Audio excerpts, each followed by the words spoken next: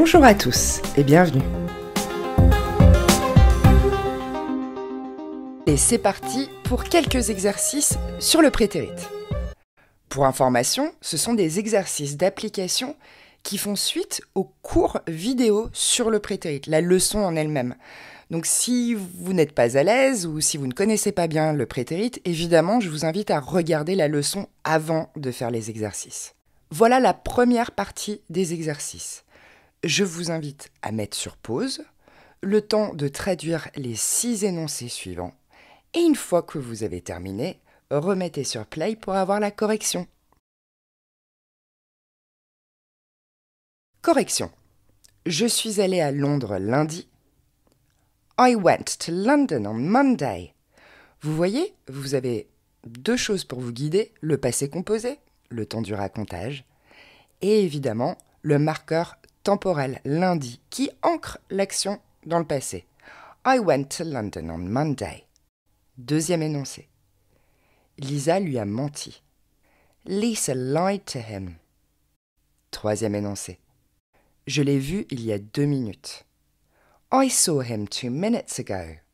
Ici aussi, vous avez un marqueur temporel il y a 2 minutes, 2 minutes ago, qui vous oblige à utiliser le prétérit. Quatrième énoncé. Il est allé à la fac ce matin. He went to uni this morning. Uni, c'est la fac. Le mot en entier, c'est university. Ici aussi, marqueur temporel ce matin, this morning. On est obligé d'utiliser le prétérit. He went to uni this morning. Énoncé 5. T'as fait quoi hier? What did you do yesterday? Et là, on retrouve la structure des questions. Donc, did, qui permet de conjuguer do. What did you do?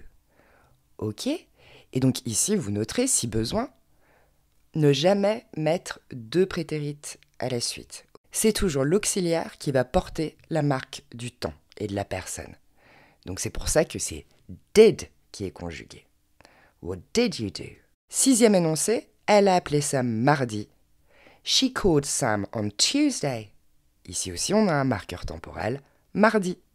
Allez, c'est parti pour la 2e et dernière partie de ces exercices. Je vous invite une nouvelle fois à mettre sur pause, le temps de faire l'exercice, et on se retrouve pour la correction. Correction. Robert est allé se coucher à 22h. Robert went to bed at 10 p.m. Ok, on a toujours un marqueur temporel, 22h. Parfois, il est sous-entendu, c'est simplement ici pour vous guider. 2e énoncé. Il a travaillé toute la journée hier. He worked all day yesterday. Ici aussi, on a notre marqueur temporel, hier. Elle est partie il y a 1 heure. Marqueur temporel, il y a 1 heure.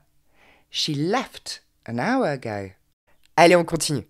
J'ai travaillé pour eux en 2022. Et bien là aussi, on retrouve notre marqueur temporel en 2022. Et donc, on sait qu'on doit déclencher le prétérit. I worked for them in 2022. T'as appelé le client ce matin? Et voilà, on a notre marqueur temporel ce matin. Did you call the client this morning? Ici aussi, on retrouve, vous vous souvenez, la structure des questions. Donc, c'est l'auxiliaire do qui est conjugué au prétérit, qui donne did, alors que le verbe, lui, reste non conjugué. C'est une base verbale, call.